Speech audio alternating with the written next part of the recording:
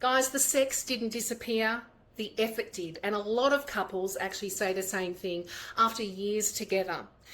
The sex does not disappear, the connection does. Most of the time, it's actually not what's actually happened at all. What disappeared was the effort.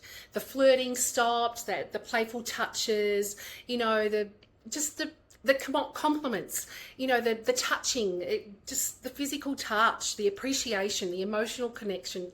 It just got replaced with logistics and just life and exhaustion.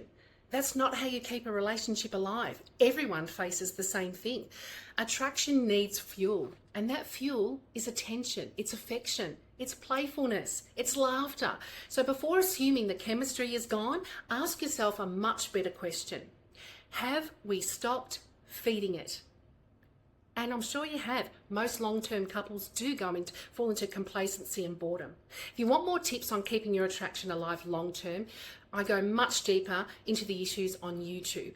Follow me, KGB, your sex, love and laughter coach.